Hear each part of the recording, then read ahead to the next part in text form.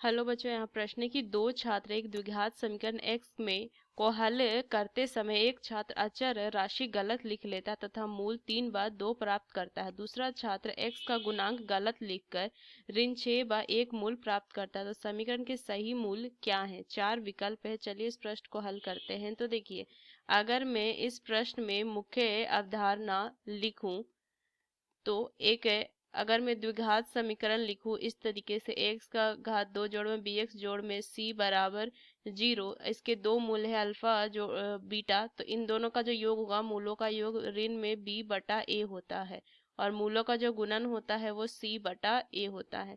तो चलिए इस प्रश्न को हल करते हैं। तो माना कि, अगर हम मान लेते हैं कि माना माना द्विघात समीकरण x की घात 2 जोड़ में ax जोड़ में b बराबर 0 है, ये मान लेंगे। तो जो पहला छात्र है, अगर मैं पहला छात्र की बात करूं, पहला छात्र क्या करता है? पहला छात्र जो है वो जो उसके एक छात्र अचर राशि गलत लिख के और मूल प्राप्त करता है 3 और 2। तो इसका जो इक्वेशन बनेगा, समीकरण बनेगा, x ऋण में 3 गुना में x ऋण में 2 बराबर 0, ये लिख सकती हूँ। तो x की घात 2 ऋण में 5x जोड़ में 6 बराबर 0, इसको गुना करेंगे तो ये मिलेगा।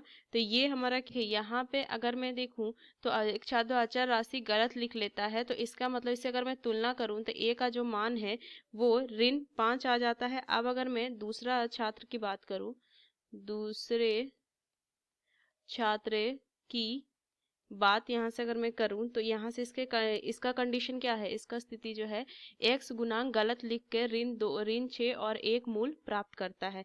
तो इसके अकॉर्डिंग अगर मैं देखूं तो b का जो मान होगा वो ऋण 6 होगा, ये लिखेंगे।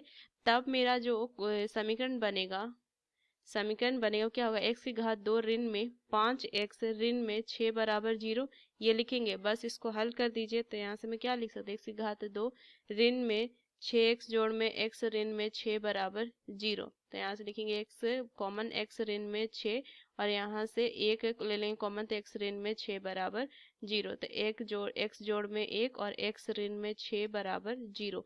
तो यहाँ से मान क्या आ जाएगा? x बराबर में ऋण 1 और x बराबर में 6।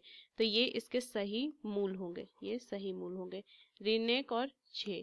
तो यहाँ से लिखेंगे ऋण 1 6, ये तीसरा विकल्प, चौथा विकल्प। तो इस मुख्य अवधारणा का इस्तेमाल करके मैंने इस प्रश्न को हल किया। आशा करते हैं प्रश्न आपको समझ में आया। धन्यवाद।